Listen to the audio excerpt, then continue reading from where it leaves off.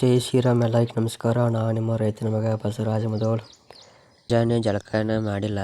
ಮುಂಜಾನೆ 7 ಗಂಟೆಗೆ ಬಂದ ಮೇವು ಕೊಯ್ಲಾತೀನಿ. ಈಗ ಬಂದ 2 ತಕ್ಕಿ ಮೇವು ಕೊಯ್ದು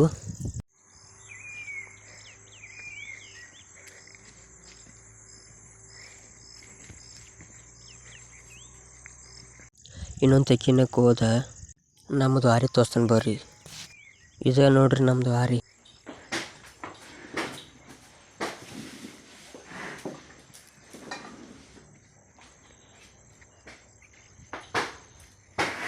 ಥ್ಯಾಂಕ್ ಯು.